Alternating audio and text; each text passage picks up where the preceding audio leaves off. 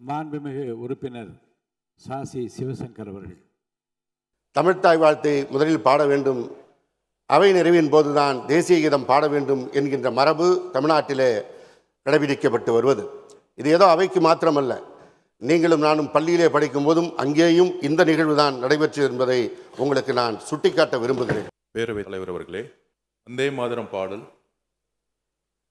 இதற்கு முன்பு முதலமைச்சராக இருந்த திராவிட முன்னேற்றக் கழகத்தின் தலைவரும் ஐயா மு.க. ஸ்டாலின் அவர்கள் இருந்தபொழுது உயர்நீதிமன்றத்தில் பதவியேற்பு விழாவில் ரீசண்டாக வந்த சர்க்குலர், ஹோம் மினிஸ்டருடைய சர்க்குலர் படி வந்தே மாதரம் பாடல் முதல் முறையாக பாடப்பட்டது. அப்பொழுது திரு மு.க. ஸ்டாலின் அவர்கள் அதற்கான மரியாதையை எழுந்து கொடுத்தார்கள். இது ரீசண்டாக வந்த பிரச்சனை. அதற்கப்புறம் பதவியேற்பு விழாவில் மாண்புமிகு முதலமைச்சராக பொறுப்பேற்பதற்கு முன்பு கவர்னரிடம் கோரிக்கை கொடுத்தார்கள். அப்பொழுது கவர்னர் ஹோம் மினிஸ்டருடைய சர்க்குலரை தான் நாங்கள் ஒபே பண்ணணும்னு சொன்னார்.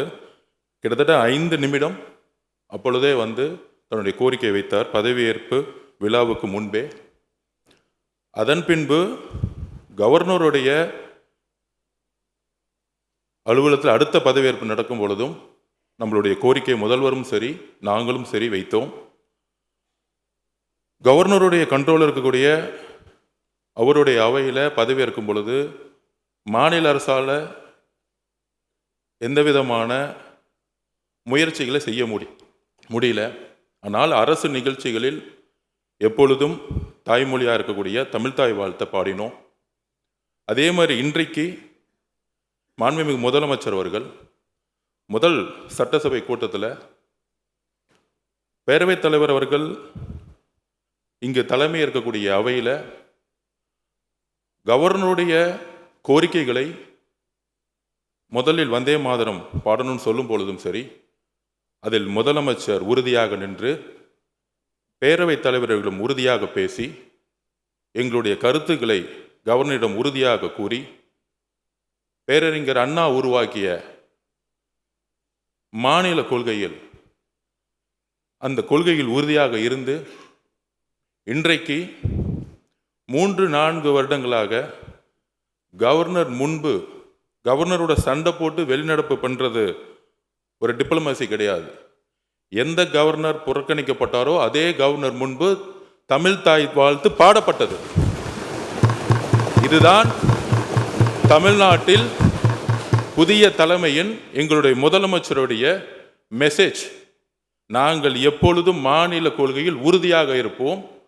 அது கவர்னராக இருந்தாலும் சரி, டெல்லியோட தலைமையலாக இருந்தாலும் சரி, எங்களுடைய மாநில உரிமையை ஸ்டேட் அட்டானமின்னு சொல்லக்கூடிய அறிஞர் அண்ணாவுடைய கொள்கையில் நாங்கள் எப்பொழுதும் உறுதியாக இருப்போம் என்பதை பதிவு செய்து 4 வருடங்கள் கழித்து முதல் முறையாக அதை நடைமுறைப்படுத்துவது எங்களுடைய மாண்புமிகு முதலமைச்சர் அவர்கள்.